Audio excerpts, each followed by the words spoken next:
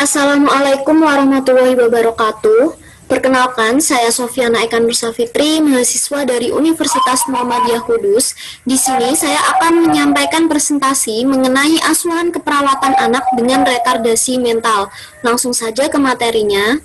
Apa sih retardasi mental itu? Nah, retardasi mental sendiri merupakan kondisi di mana intelijensi anak rendah, biasanya IQ-nya di bawah 70, di mana hal ini mengakibatkan anak kesulitan atau ketidakmampuan anak dalam belajar dan beradaptasi atau menyesuaikan diri di lingkungan masyarakat. Selain itu juga anak akan mengalami tingkah laku yang kekanak-kanakan daripada anak seusianya. Nah, penyebabnya apa saja? Di sini ada 4, meliputi faktor genetik, faktor prenatal, faktor perinatal, dan faktor paskanatal. Nah, untuk faktor genetik biasanya diakibatkan karena kelainan kromosom, baik kelainan bentuk maupun kelainan jumlah. Misalnya, trisomi 21 biasa disebut dengan Down syndrome atau Mongolia. Untuk faktor prenatal sendiri, di sini biasanya keadaan tertentu yang telah diketahui ada sebelum atau saat kelahiran. Nah, tetapi tidak dapat dipastikan sebabnya. Untuk faktor perinatal sendiri meliputi proses kelahiran yang lama, biasanya di sini lebih dari 10 jam. Selain itu juga posisi janin yang abnormal seperti anomali uterus maupun kelainan bentuk jalan lahir.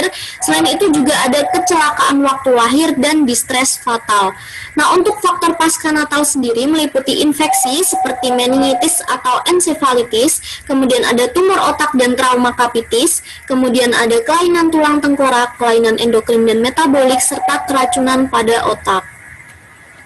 Nah, di sini retardasi mental sendiri diklasifikasikan menjadi 4, ada retardasi ringan, sedang, berat, dan sangat berat. Untuk retardasi ringan sendiri biasanya IQ anak sekitar 55 sampai 70, di mana di sini anak masih dapat belajar keterampilan dirinya dan merawat diri melalui latihan khusus. Untuk retardasi sedang di sini biasanya IQ anak sekitar 40 sampai 55, di mana di sini anak masih dapat belajar merawat dirinya serta latihan sosial melalui latihan khusus. Kemudian ada retardasi berat, di sini IQ anak sekitar 25 sampai 40, di mana anak perlu pengawasan dan perlu latihan khusus untuk mempelajari sesuatu atau keterampilan dari dirinya. Kemudian untuk retardasi sangat berat, di sini IQ-nya kurang dari 20 sampai 25, di mana anak tidak mampu merawat dirinya sendiri dan sangat butuh bantuan dari orang lain. Nah, tanda gejalanya apa saja? Di sini ada yang pertama, lamban dalam mempelajari hal baru. Jadi anak cepat lupa akan hal yang baru saja ia pelajari. Kemudian untuk retardasi mental yang berat, biasanya komunikasinya atau komunikasi verbalnya akan sangat terganggu atau kesulitan. Kemudian juga ada retardasi mental berat itu biasanya mempunyai keterbatasan dalam gerakan fisik. Misalnya, anak akan kesulitan dalam menjangkau sesuatu maupun mendongakkan kepalanya. Kemudian yang selanjutnya ada pada anak retardasi mental yang sangat berat atau berat, biasanya sulit untuk mengurus dirinya sendiri, jadi anak perlu bantuan dari orang lain. Kemudian ada tingkah laku dan interaksi yang tidak lazim, biasanya di sini anak akan memberikan perhatian kepada lawannya itu cukup sulit. Kemudian ada bertingkah laku tanpa tujuan yang jelas, misalnya di sini anak menggigit diri sendiri maupun membenturkan kepalanya ke tembok. Nah, komplikasinya di sini ada beberapa, meliputi paralisis serebral, kemudian gangguan kejang, masalah-masalah perilaku atau psikiatrik, kemudian defisit komunikasi atau kesulitan dalam berkomunikasi, kemudian ada konstipasi, kemudian kelainan kongenital yang berkaitan seperti malformasi eksofagus, obstruksi usus halus, dan defek jantung. Nah, selanjutnya ada disfungsi tiroid, gangguan sensoris, masalah-masalah ortopedik seperti deformitas kaki, skoliosis, dan ada kesulitan makan.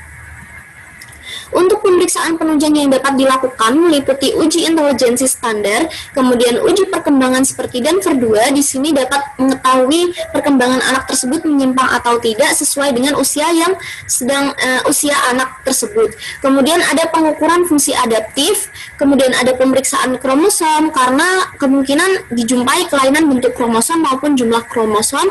Kemudian ada pemeriksaan urin, serum atau titer virus. Nah, untuk tes diagnostiknya di sini ada EEG dan CT scan, di mana hal tersebut bertujuan untuk mengetahui abnormalitas perkembangan jaringan ada atau tidak, kemudian ada atau tidaknya injuri jaringan otak ataupun trauma pada anak.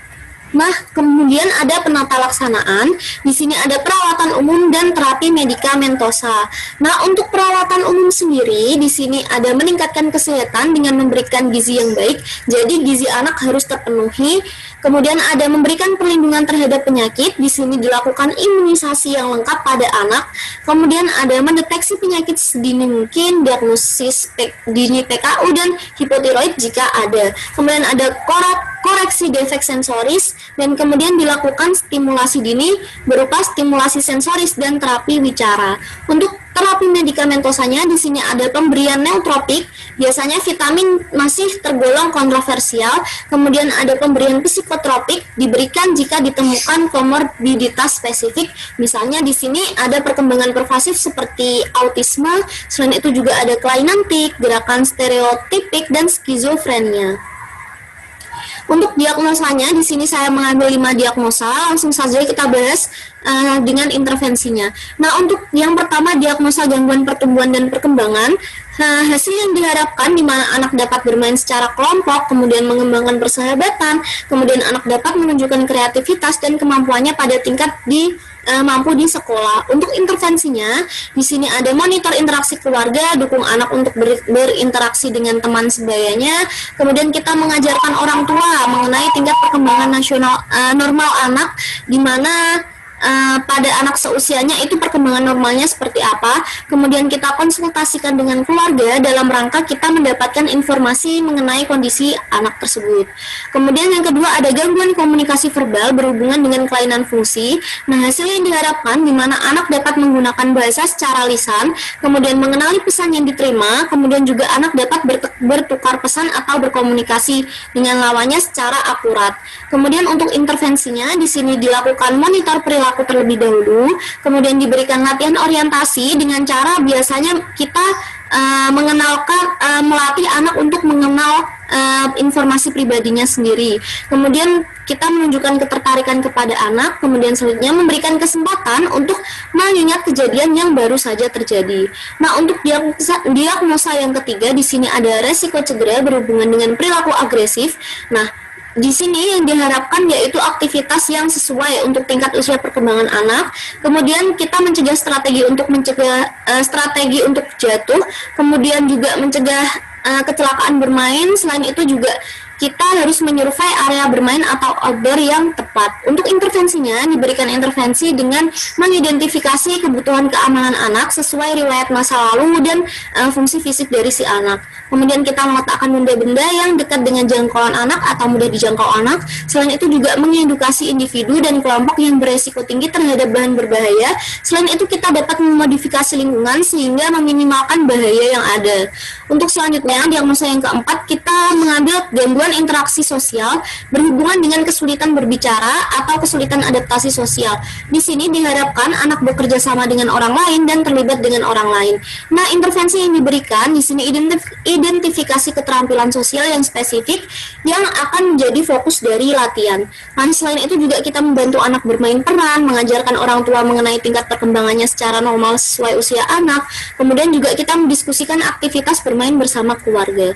Nah, untuk intervensi yang selanjutnya dengan diagnosa defisit perawatan diri berhubungan dengan perubahan mobilitas fisik atau kurangnya kematangan perkembangan, diharapkan anak dapat mencuci tangan, mempertahankan kebersihan mulut, memperhatikan kuku jari tangan, memperhatikan kuku kaki, mempertahankan penampilan yang rapi, serta mempertahankan kebersihan tubuh.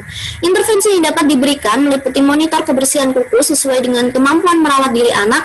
Kita memberikan bantuan sampai anak benar-benar mampu merawat dirinya sendiri secara mandiri. Kemudian kita mempertimbangkan usia anak tersebut untuk mempromosikan aktivitas perawatan dirinya.